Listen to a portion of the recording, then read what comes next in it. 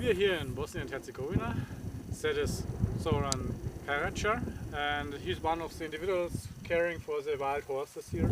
It's a flock about 200 horses, nearly 200. That's our station. Yeah.